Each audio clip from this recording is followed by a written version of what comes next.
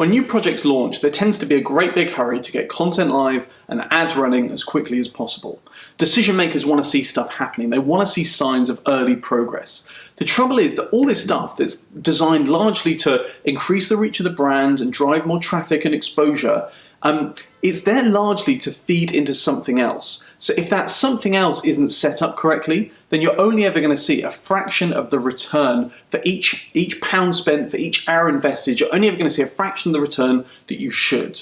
Certain things need to exist first. It's a little bit like when you see someone stick a spoiler on an old beaten up Fiat Uno. You sort of feel like they might have missed the point.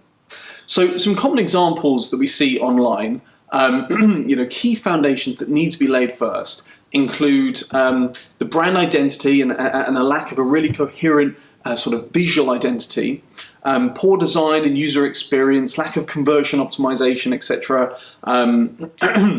poor technical optimization, on-page optimization, duplicate content, also a failure to have the basic goal and event tracking set up so you can actually monitor what's working and what's not working.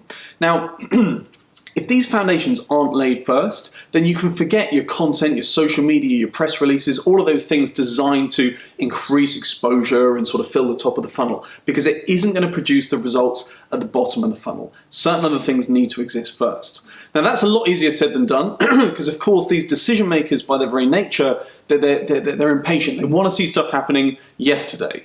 Now all I would suggest on that front is, if you can, try and get a direct response campaign running as quickly as possible. Something that can actually produce those early results, that will not only buy you some time, and when I say direct response, we could be talking about AdWords, pay-per-click, we could be talking about social media, direct response, maybe something offline, doesn't matter, but something that's going to drive those early results. And by doing so, hopefully you can then justify to that decision maker the additional investment that's required in the brand and the user experience and all of the optimization, so that moving forwards they get the greatest possible return for every pound spent.